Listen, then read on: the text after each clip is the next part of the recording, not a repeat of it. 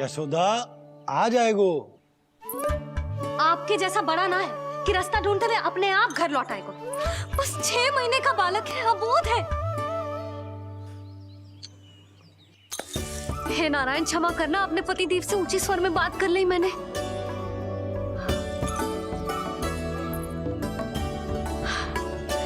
किसी को भी बुद्धि ना है पूरे गोकुल में कि नंद जी का बालक खो गया है, सुबह सुबह घर से भाग गया है। किसी को ना पड़ी है कि उसे ढूंढे लेकर आए। यही सम्मान देते हैं वे गोकुल के राजा को। हे भगवान, ना जाने मेरा बच्चा कहाँ होगा, कैसा होगा। कितना समय होगा है? अब तक तो भूख भी लगी आई होगी उसे। आप क्यों रुक गए? आप खाओ। हाँ हाँ, आप खाओ, आनंद से खाओ। आपको तो कुछ चिंता ही ना है। माँ ही तड़पती है अपनी संतान के लिए।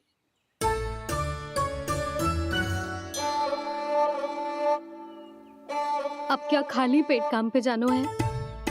क्या कहेंगे सब कि यशोदा अपने पति को भूखा रखे? ना ना, आप खाओ, खाओ ना।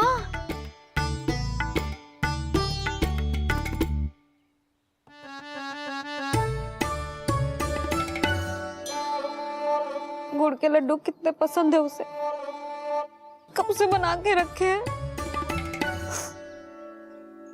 यशोदा, तुम स्वयं क्यों नहीं जाकर ढूंढती उसे?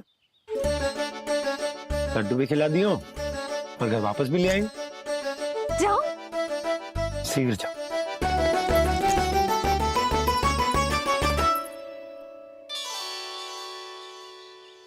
किंतु आप तो खाना खा रहे हो ना पति देव? वही तो, मैं खाना खा रहा हूं, परंतु वो भूखा है। तुम जाओ। वो तो भूखा है।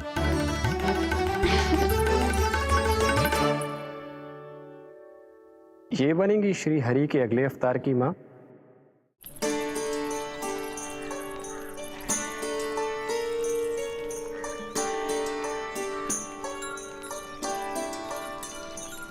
मेरे बच्चे को देखो है ना। काकी, मेरे बच्चे को देखो है। नहीं नहीं,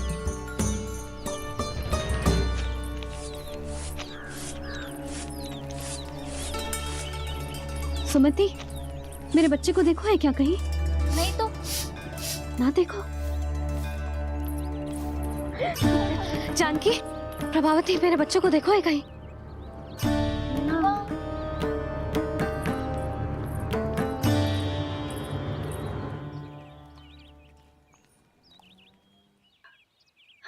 कहाँ है तू?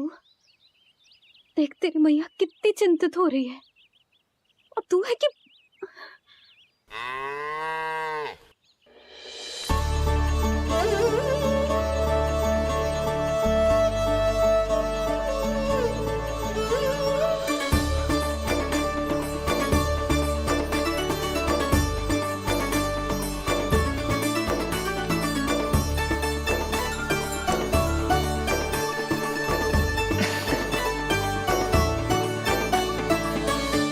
हाँ, अभी तक मैया यशोदा का लाडला यही है, 6 माह का बछड़ा। इसी पर ये अपनी सारी ममता न्योछावर करती हैं। तू फिर भाग गो। प्रतिदिन का काम हो गो है तेरा। मैंने कही थी ना, मेरे बिना, अपनी मैया के बिना कहीं ना जानो है। ये संसार कितना भयानक है, कुछ मालूम है तुझे?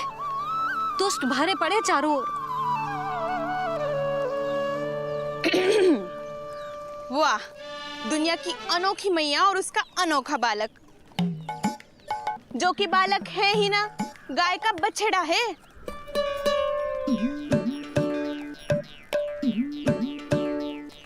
तो लक्षणा, तुम्हारी जे दशा कौन ने की? और कौन ने?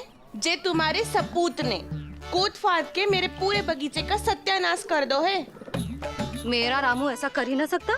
जे क्यों आएगा तुम्हारे बगीचे में? रंग बिरंगे फूलों के लिए। फूलों के लिए? हाँ, जीप लपलपाती है इसकी मेरे फूलों के लिए। सुबह सुबह भाग के आ जाता है इन्हें खाने के लिए। फूल खाने? सुलक्षणा, तुम्हें कछु वहम हुआ है। जे मेरा रामू है, जे फूल वूल क्यों खाएगो भला? अच्छा, तो फिर आप ही इसका मुंह खोलो और स्वयं देख लियो। हाँ तो ठीक है, असत्य के पैर ना होते जो अभी सिद्ध हो जाएगा। रामू, मुंह खोल के दिखा।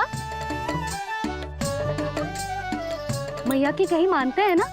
मुंह खोल। रामू, सुलक्षणा चाची को दिखा दे कि तूने उनके फूल ना खाए। चल मुंह खोल, मुंह खोल।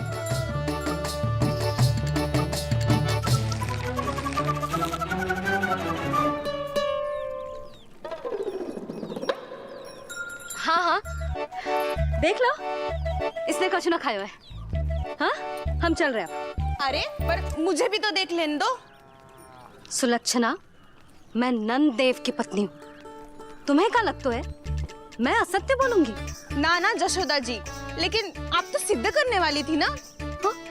हो तो गए हो सिद्ध। चल रामू, देर हो रही। अरे अरे, वैसे रामू, ये बहुत बुरी बात है। नंद जी का बालक चोरी कर दो। छी,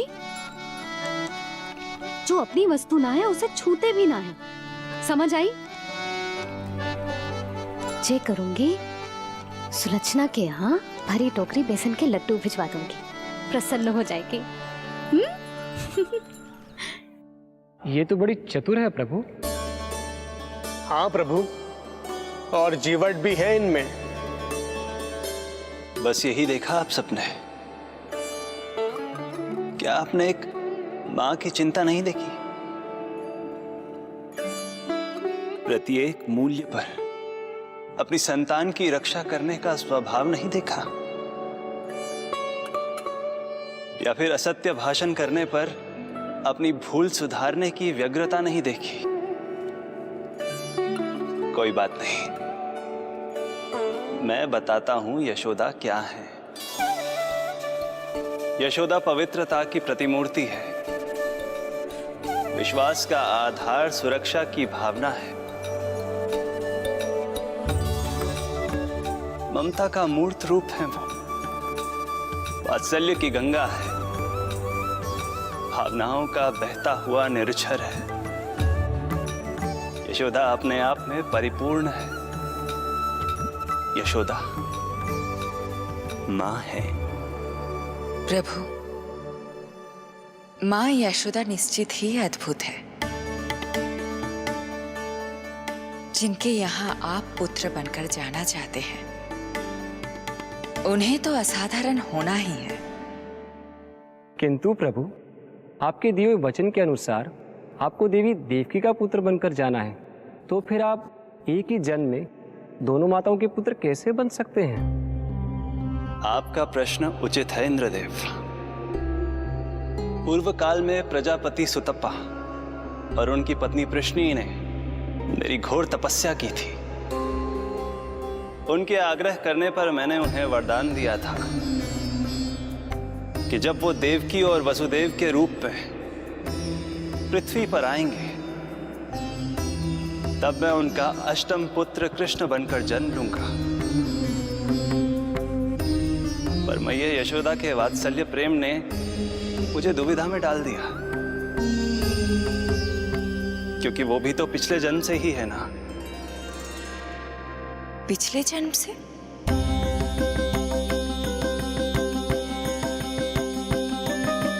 पिछले जन्म में मैया यशोदा 8 वसुओं में से एक श्री द्रोण की पत्नी धरा थी।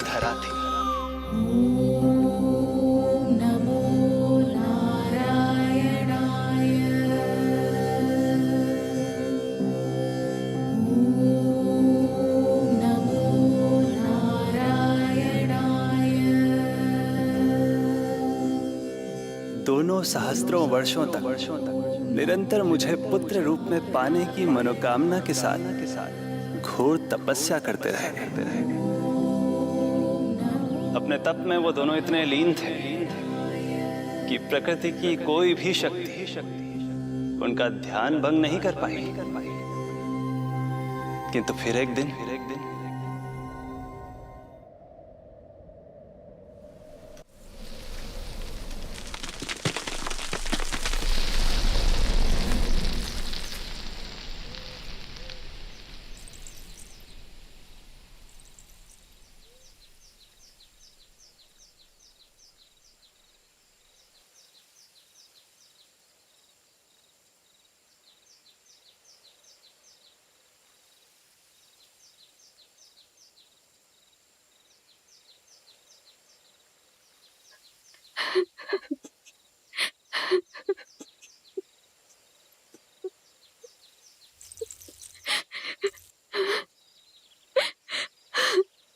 हमारे भक्ति में ऐसी क्या कमी रह गई प्रभु कि अभी तक आपके दर्शन का सौभाग्य नहीं मिला।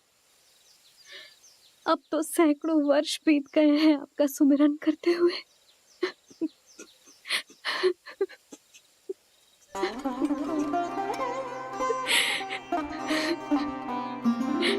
साचा सुमिरन सबसे हरि का, साचा है हरि नाम। साचा सुमिरन सबसे हरि का, साचा है हरि नाम। जिनकी कृपा से बन जाते हैं सबके बिगड़े काम, सबके बिगड़े काम। साचा सुमिरन सबसे हरि का, साचा है हरि नाम।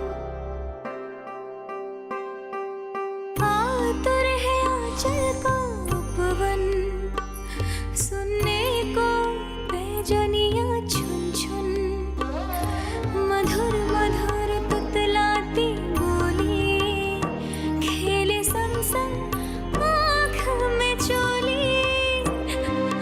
मेरे मुख पे भी दे दो प्रभु ममता भरी मुस्कान।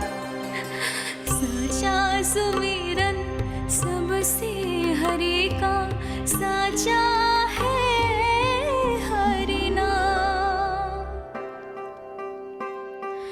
भक्त बिना भगवान है जैसे, माता बिन संतान के वैसे। हरि बिन मेरा जीवन सूना, भगवन लाज मेरी रख लो ना। भगवन लाज मेरी रख लो ना।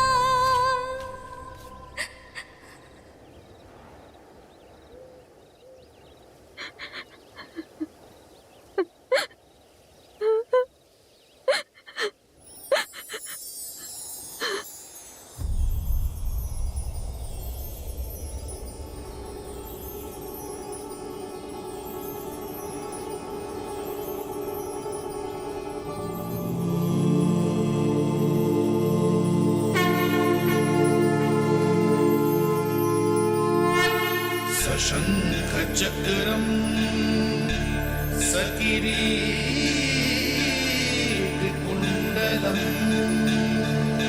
सपीतवस्त्रं सरसीरुहेक्षणम् सहारवक्षस्थलशोभितौस्तुभम् नमामि विष्णुं शिरसा चतुर्भुजम्।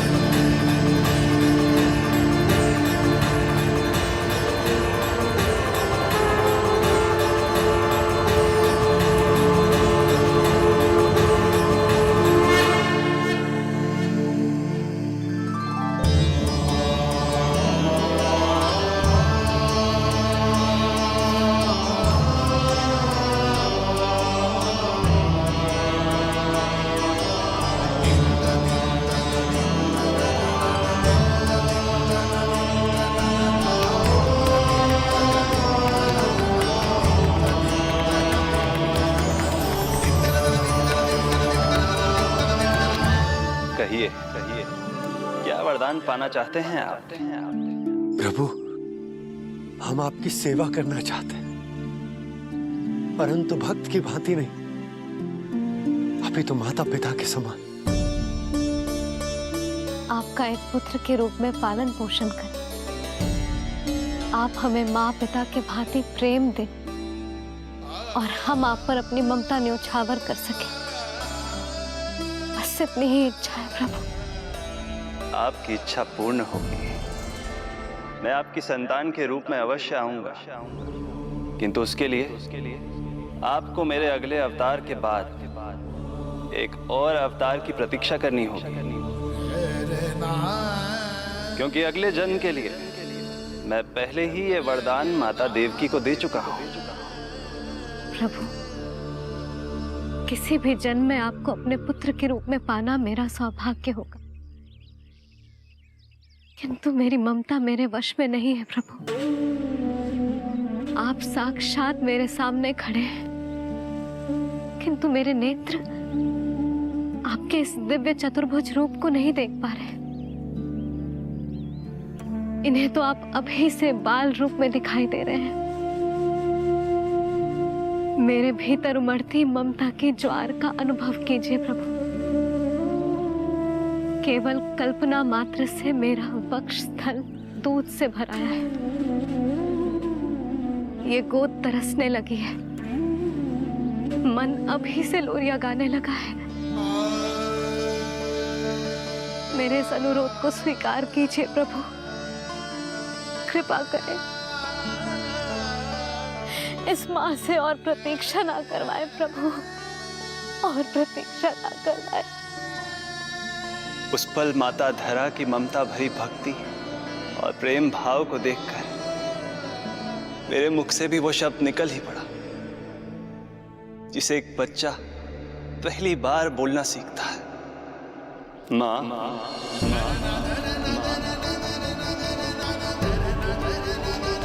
अब ये प्रतीक्षा केवल आपकी ही नहीं, मेरी भी होगी, मेरी भी होगी। मैं भी तरसूंगा आपका पुत्र बनने के लिए, इस समय मैं विवश हूँ, किंतु मैं आपको वचन देता हूँ, मैं आपकी संतान बनकर अवश्य आऊंगा, अवश्य आऊंगा। प्रभु,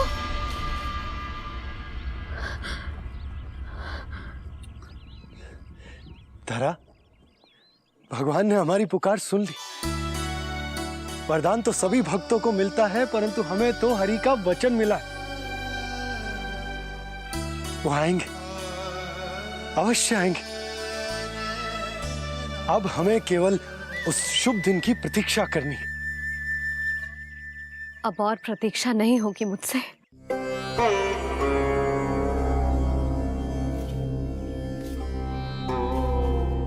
हमने सहस्त्रों वर्षों तक तपस्या की, ये समझ लो कि वो तपस्या अभी शेष नहीं। श्री हरि को अपने सामने देखकर मेरी व्याकुलता का बांध टूट गया है।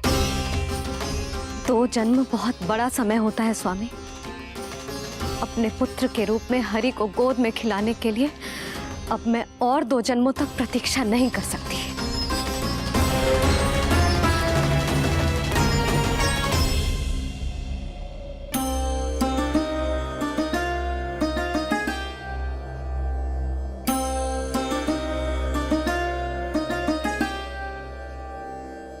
व्यर्थ हरि बिन जग ये सारा, व्यर्थ हरि बिन जीवन धारा।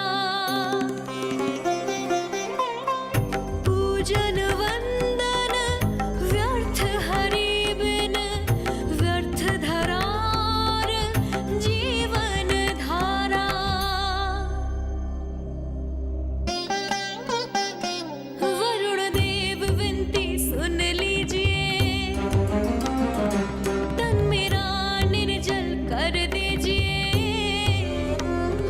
हरि के बिन सारा जल तन का, सागर सा हो गया है खारा। प्रभु, माता धरा की तपस्या का तेज अत्याधिक है। प्रकृति के पंच तत्व, पांचों महाभूत इनकी पुकार सुनने के लिए विवश है।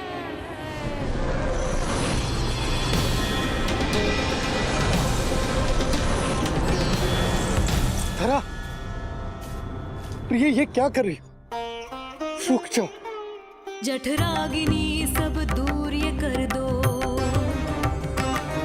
अग्नि देव मेरे ताप को हर लो।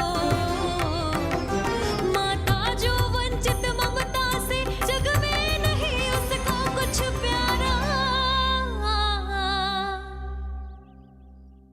पूजन वंदन व्यर्थ हरि बिन, व्यर्थ धरार जीवन धारा। प्रभु, यदि अग्निदेव अपना अग्नि तत्व वापस ले लेंगे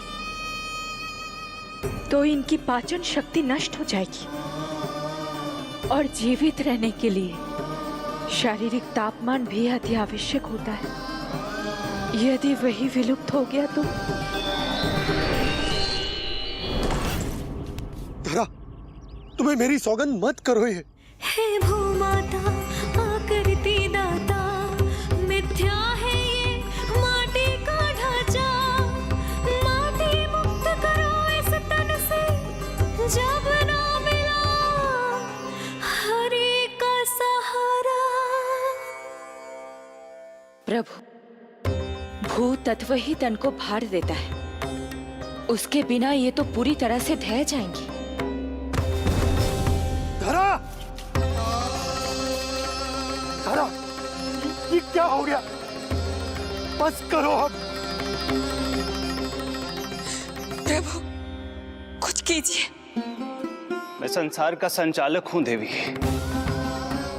नियमों का पालन करने के लिए मैं भी बाध्य हूं। जो वचन मैं पहले ही माता देवकी को दे चुका हूं, यदि मैं चाहूं तो भी उसे तोड़ नहीं सकता।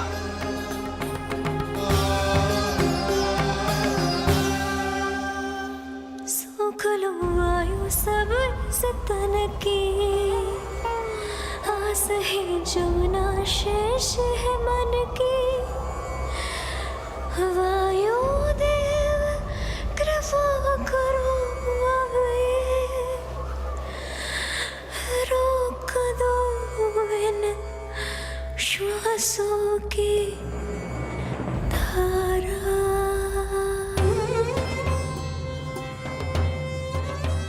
प्रभु, प्राण वायु के बिना प्राणों का बचना संभव नहीं।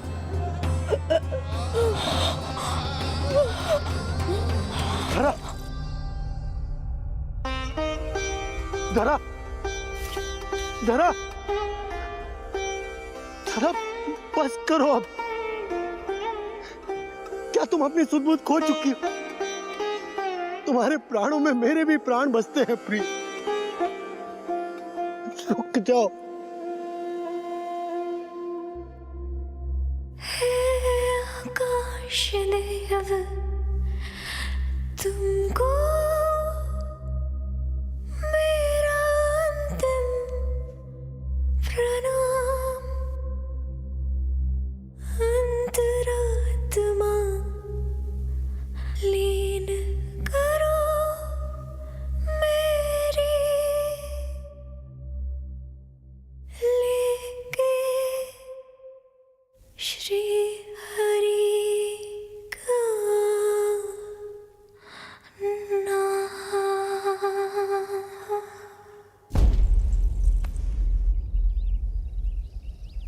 धरा, धरा, धरा, ये क्या कर लिया तुमने? धरा,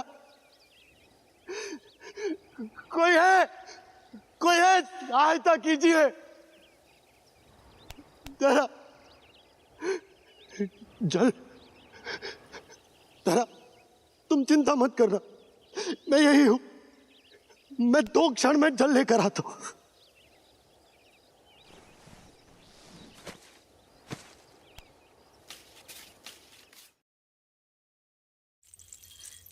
प्रभु, आप नियमों से तो अवश्य बंधे हैं, परंतु आप लीलाओं के स्वामी हैं। कोई तो उपाय निकालिए। आपने इन्हें माँ कहकर पुकारा है। माँ की प्राण रक्षा पुत्र नहीं करेगा तो और कौन करेगा?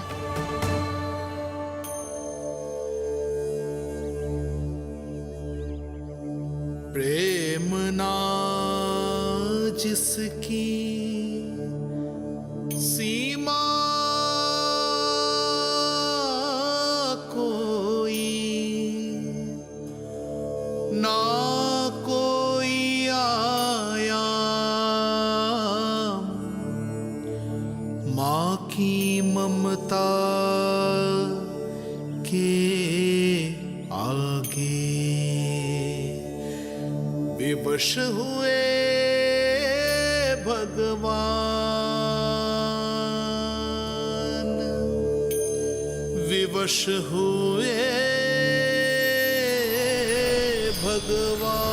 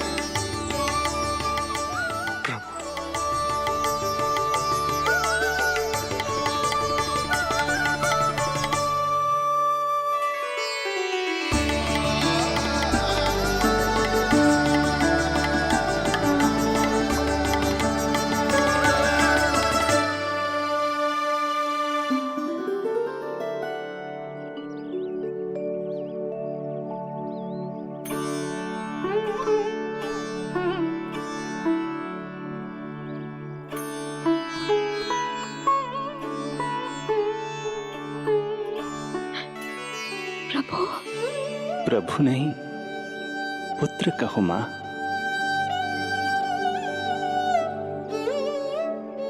पुत्र, मेरा पुत्र, मेरा पुत्र।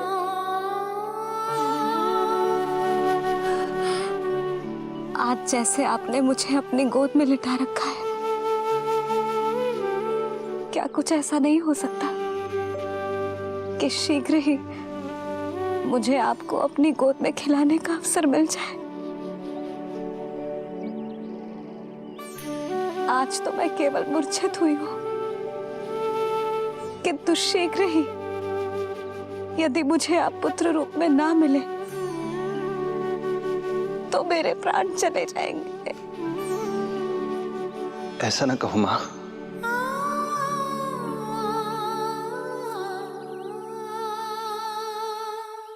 माता देवकी को मैं पहले ही वचन दे चुका हूं, इसलिए विधि के विधान के अनुसार मुझे उन्हीं का पुत्र बनकर जन्म लेना होगा।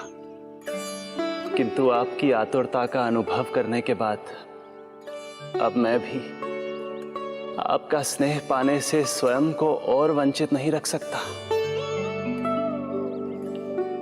आप आपने वरदान मांगा था कि आप पुत्र की भांति मेरा पालन पोषण करना चाहती हैं। इसलिए यदि आप उचित समझे तो आप अगले जन्म में ही अपनी इच्छा पूर्ण कर सकती हैं। जिस आयु में संतान को अपनी मां की ममता के आंचल की आवश्यकता सबसे अधिक होती है,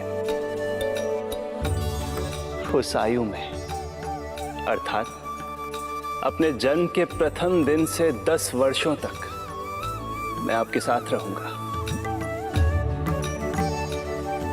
किंतु फिर मुझे अपनी जन्म देने वाली मां माता देवकी के पास लौटना होगा। ऐसा करने से मैं उन्हें दिया वचन भी निभा पाऊंगा और आपकी ममता का सौभाग्य भी प्राप्त कर पाऊंगा। यदि आपको स्वीकार हो तो। स्वीकार है प्रभु, सहर्ष स्वीकार है।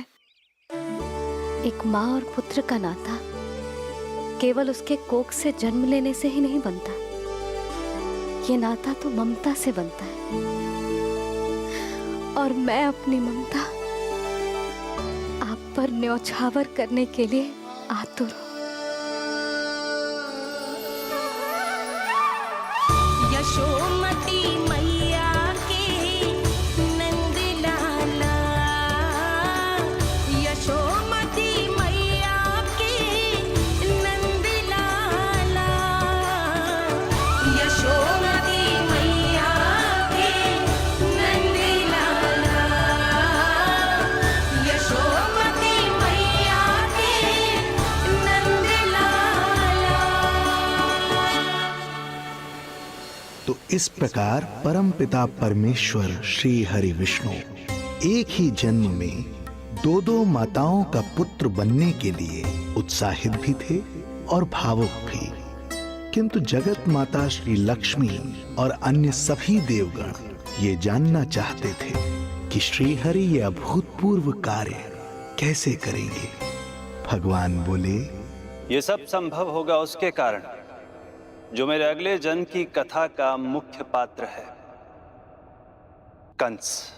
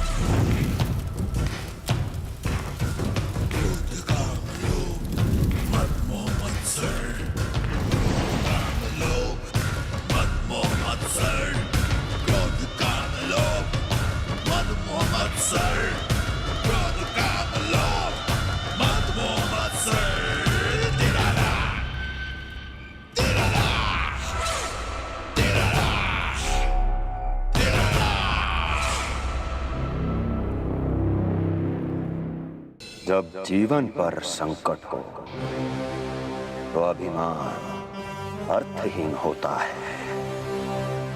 जब प्राणों पर बनाए तो सम्मान स्वाभिमान सब निरर्थक होता है। इन व्यर्थ के मूल्यों को बीच में मत आने दो। और दया उसे तो बिल्कुल नहीं। मार डालो। साधु संत ऋषि मुनि स्त्री वृद्ध, चाहे वो नवजात शिशु ही क्यों ना हो। किंतु हाँ, यदि शत्रु भारी पड़ने लगे, पराजय सामने दिखाई देने लगे, तो उसी क्षण शत्रु के पैर पकड़ लो और अपने प्राणों की भिक्षा मांग लो। अहंकार को आड़े मत आने दो। अग्निः शेषम ऋणः शेषम शत्रुः शेषम तथैव च पुनः पुनः प्रवर्धेत तस्मात् शेषम न कार्येत। अर्थात अग्नि की एक भी चिंगारी, ऋण की एक भी मुद्रा और शत्रु की एक भी संतान यदि शेष रह जाए तो शीघ्र ही विकराल रूप धारण कर सकती है। इन सब का समूल नाश ही एकमात्र उपाय है अपनी सुरक्षा का। इसलिए कहता हूं, साम दाम दंड भेद कोई भी युक्ति क्यों ना लगानी पड़े, शत्रु के प्राणों का हरण ही परम उद्देश्य होना चाहिए। छोड़ो मत, फिर चाहे वो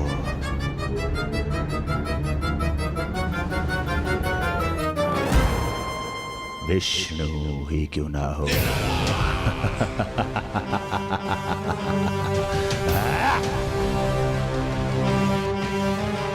यही थी कंस की दिनचर्या। वो प्रतिदिन स्वयं को स्मरण कराता था कि स्वार्थ के लिए किसी भी सीमा को तोड़ने में कुछ अनुचित नहीं है। तभी तो राजगद्दी प्राप्त करने के लिए उसने अपने पिता महाराज उग्रसेन को भी नहीं छोड़ा था। पिताजी,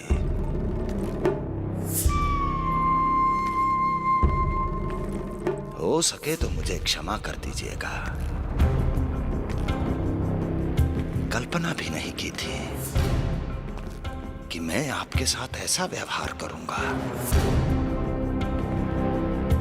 आपको प्रतीत हो रहा होगा कि मैं क्रूर हूं, स्वार्थ में अंधा हो गया हूं,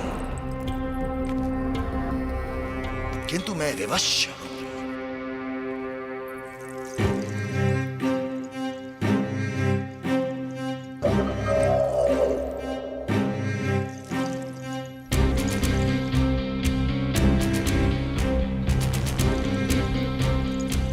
आज से सत्ता का ये भार अब मुझे उठाना पड़ेगा पिताजी,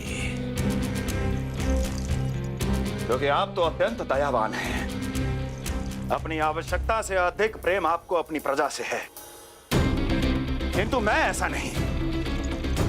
मैं अपने शत्रुओं का काल हूं, तभी तो मेरे प्रति दुर्भावना रखने वाले मेरे सम्मुख आने से पहले थर थर कांपते हैं। इसलिए मथुरा का राज सिंहासन मेरे साथ अधिक सुरक्षित रहेगा, क्योंकि मैं आपसे अधिक उपयुक्त हूं पिताजी।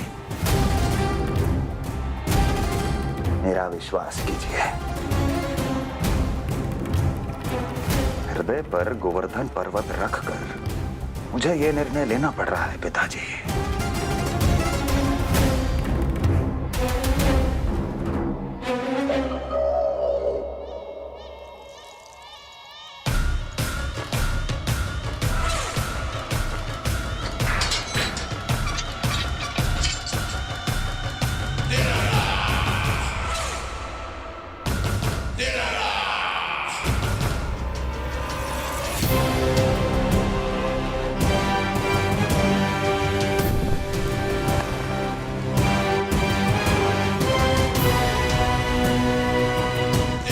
चाबी यमुना में फेंक देना।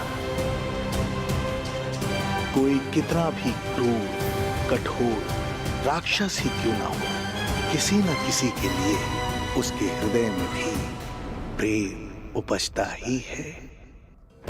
कंस भी इस नियम का अपवाद नहीं था। इस संसार में एक जीवात्मा ऐसी भी थी जिसे वो स्वयं से भी अधिक स्नेह करता था, और वो थी उसकी लाडली बहन देवकी।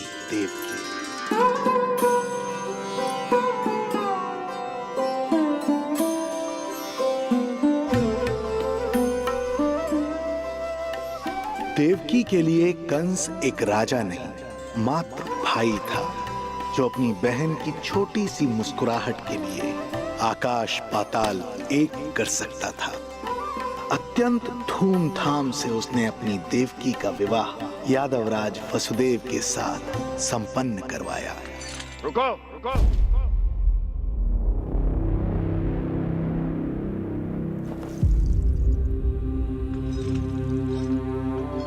ये आप क्या कर रहे हैं? आप मथुरा नरेश हैं? नहीं कुंवर जी, आज मैं मात्र वो भाई हूं जो अपनी प्रिय बहन के साथ बस कुछ क्षण और व्यतीत करना चाहता है। कंस के हृदय में देवकी के लिए उमड़ता प्रेम का सागर तब अचानक सूख गया जब उसने ये आकाशवाणी सुनी। महापापी अत्याचारी कंस,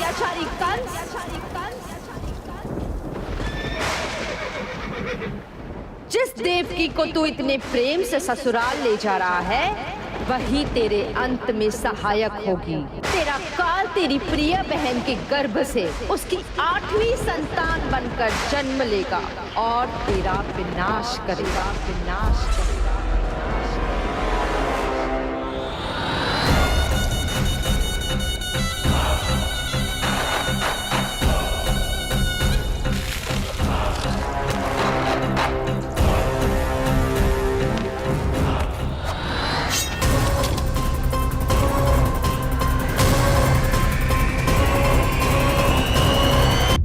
कौन है आप? मुझे आपसे भय लग रहा है। आप मेरे भैया नहीं हो सकते। सही कहा तूने। जो मेरे विनाश को जन्म दे उस कुल घातिनी से मेरा कोई संबंध नहीं। महाराज, रक्त के संबंध क्रोध की अग्नि में मत झुलसाइए। जिस बहन को आपने बचपन से आज तक इतना प्रेम दिया, क्या वो आपके विरुद्ध किसी षड्यंत्र में सहायक हो सकती है? भला हमारी संतान आपका विनाश क्यों करेगी?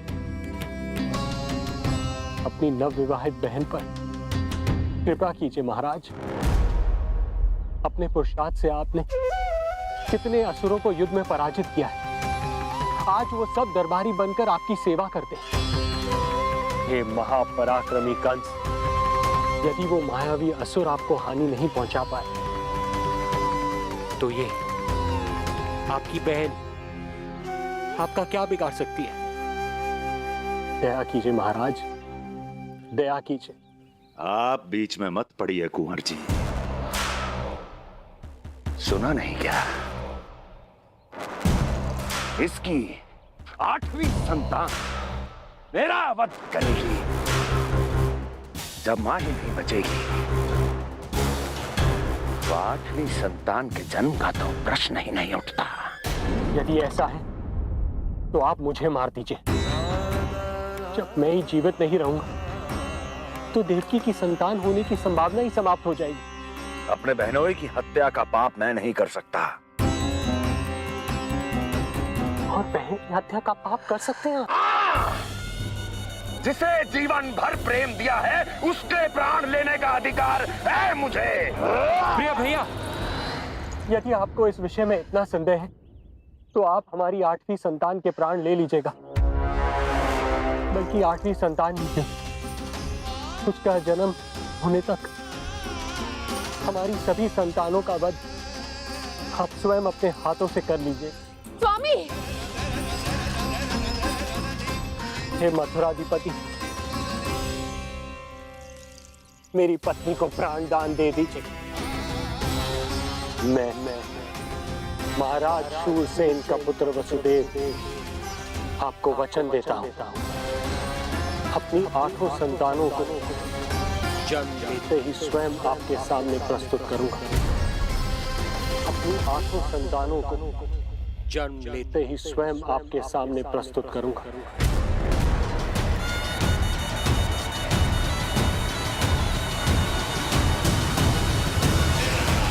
बधाई हो कुंवर जी, अपनी पत्नी के प्राण बचाने में आप सफल हुए। किंतु आपकी संतानें इतनी भाग्यशाली नहीं होंगी। वचन स्मरण रहे।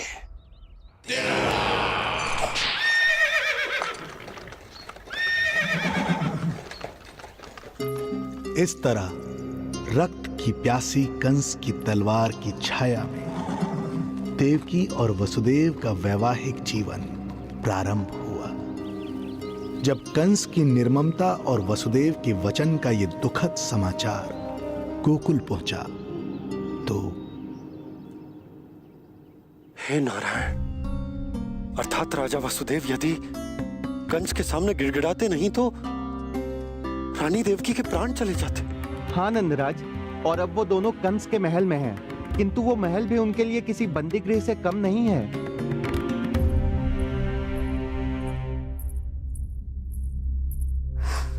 एक भाई अपनी बहन के साथ ऐसा करने की सोच भी कैसे सकता है?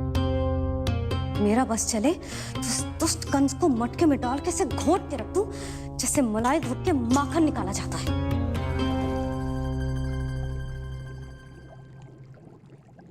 ना, माखन ना, जे कंस तो कीड़ा है, इसे तो पटक पटक के ऐसे मारना चाहिए जैसे कीड़ा निकालने के लिए धान के गट्ठर को पटका जाता है।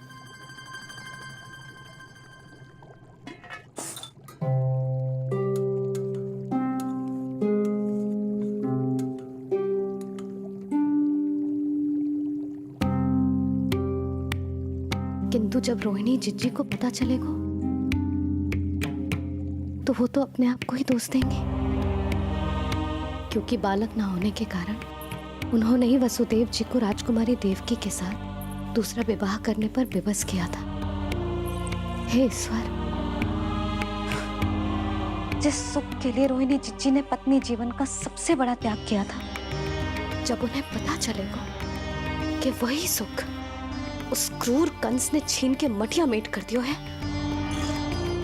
तो कितना कष्ट पहुंचेगा।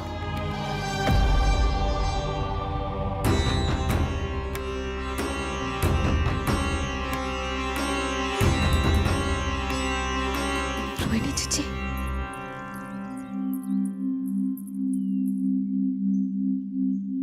गोप नरेश, कृपया मुझे अपने भैया के पास ले चलिए।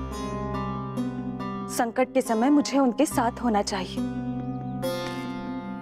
किंतु भाभी, पता चलो है वसुदेव भैया और देवकी भाभी कंस के महल में कड़े पहरे में रखे गए।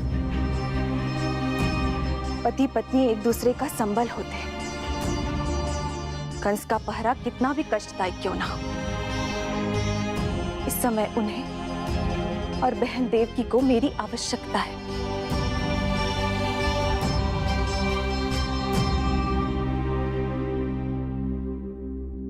ये मेरी विवशता है।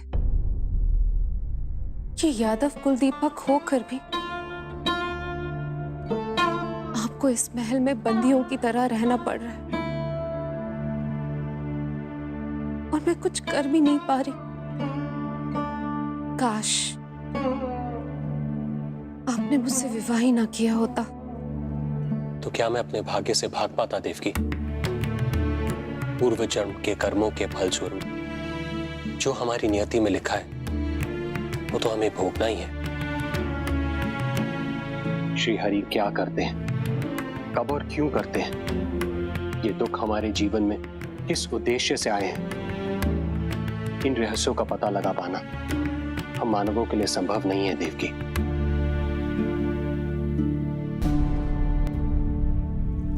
तो फिर चलिए यहां से भाग चलते हैं, कहीं ऐसे स्थान पर जहां भैया की छाया भी हम पर ना पड़ सके।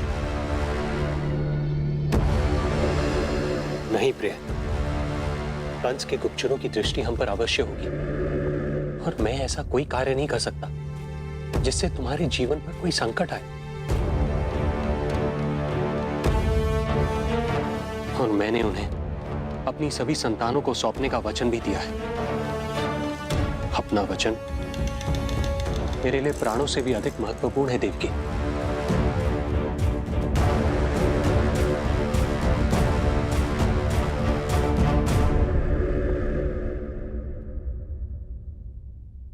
राजन, राजकुमारी, गोकुल से रानी रोहिणी और गोपराज नंद पधारे हैं।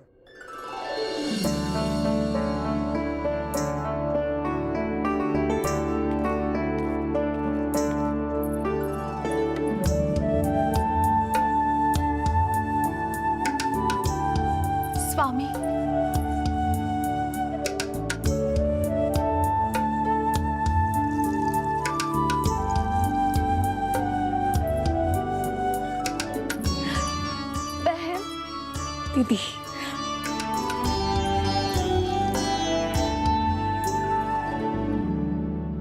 भाई नंद, जो आप हमारे लिए कर रहे हैं उसके लिए धन्यवाद शब्द बहुत छोटा है। मैं अपने भाग्य को स्वीकार कर चुका हूं। यदि यही श्री नारायण की इच्छा है तो यही सही।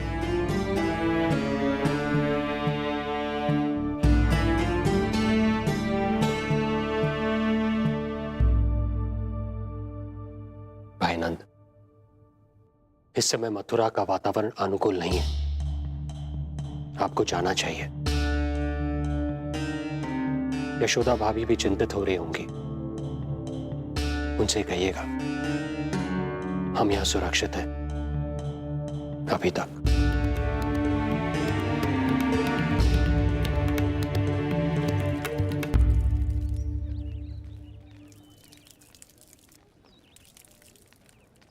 वसुदेव भैया का भाग्य पर भरोसा देख वे अपनी संतानों को कंस को अवश्य सौंपेंगे। ईश्वर, इतना कठोर वचन, जब इसे निभाने का कठिन समय आएगा तो कैसा अनुभव करेंगे वे? उनका हृदय तो चकनाचूर हो जाएगा।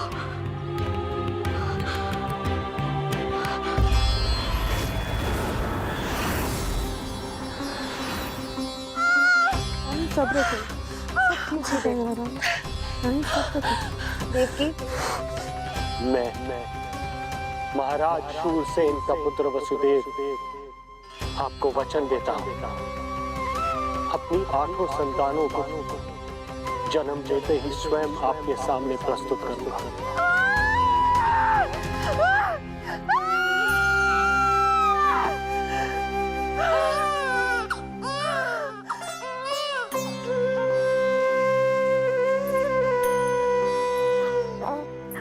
बधाई हो स्वामी, आपको पुत्र रत्न प्राप्त हुआ है।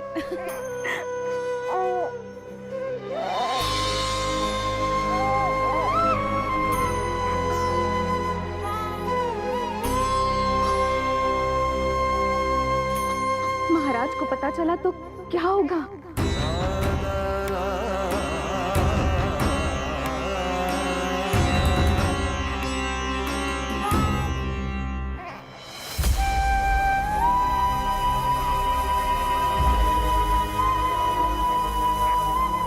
अपने पुत्र को इन हाथों में थामना।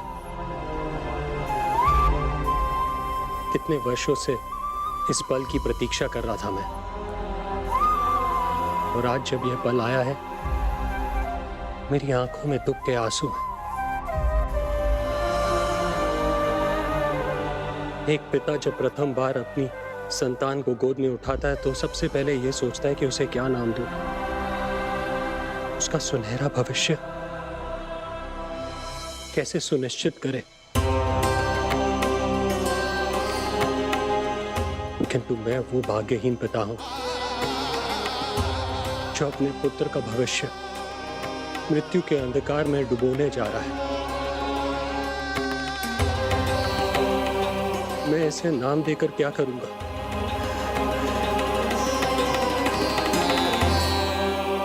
क्या आपके वचन का महत्व आपके पुत्र के प्राणों से अधिक है स्वामी?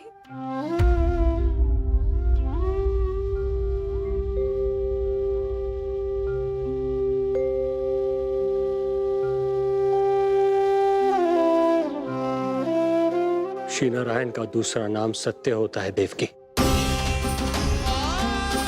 तुम ही कहो, मैं श्री नारायण से विमुख कैसे हो जाऊं? मुझे अपना वचन निभाना ही होगा। हृदय के टुकड़े टुकड़े क्यों ना हो जाए, मुझे इसे कंस तक ले जाना ही होगा।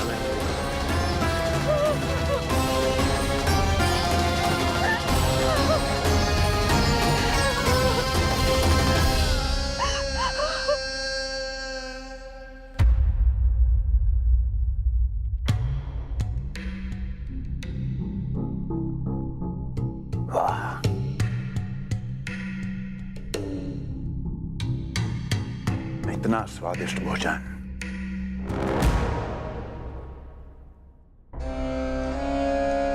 किसी विशेष इच्छा की पूर्ति के लिए मुझे सम्मोहित तो नहीं करना चाहती? मुझे पति के रूप में प्राप्त कर तो चुकी हो, अब प्राप्त करने को क्या क्या बचा है प्राप्ति? मैं प्राप्ति नहीं, अस्थि हूँ स्वामी। प्राप्ति तो छुई मुई बनकर वहां खड़ी है। आप सदैव अपने विषय में ही सोचते हैं, कभी मेरे ओर भी निहारा कीजिए, तभी तो मेरा नाम सही से स्मरण होगा आपको। मैं अपने विषय में ही सोचता हूं, तभी तो दसों दिशाओं में मेरे नाम का डंका बजता है, मेरे साम्राज्य का विस्तार होता है, तभी तो मेरा अस्तित्व है। अस्थि स्मरण रहे, तुम हो क्योंकि मैं हूं।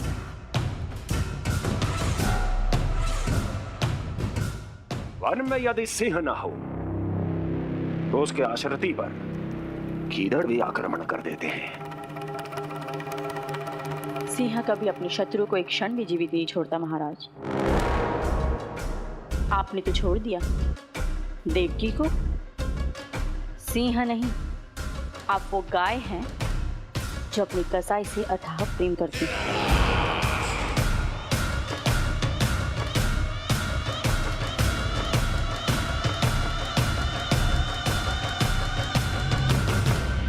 सभी संतानों को जन्म लेते ही मेरे पास लेकर आएगा, ये वचन दिया है वसुदेव ने मुझे। तो फिर आया क्यों नहीं महाराज? प्रथम शिशु का जन्म तो हो चुका है।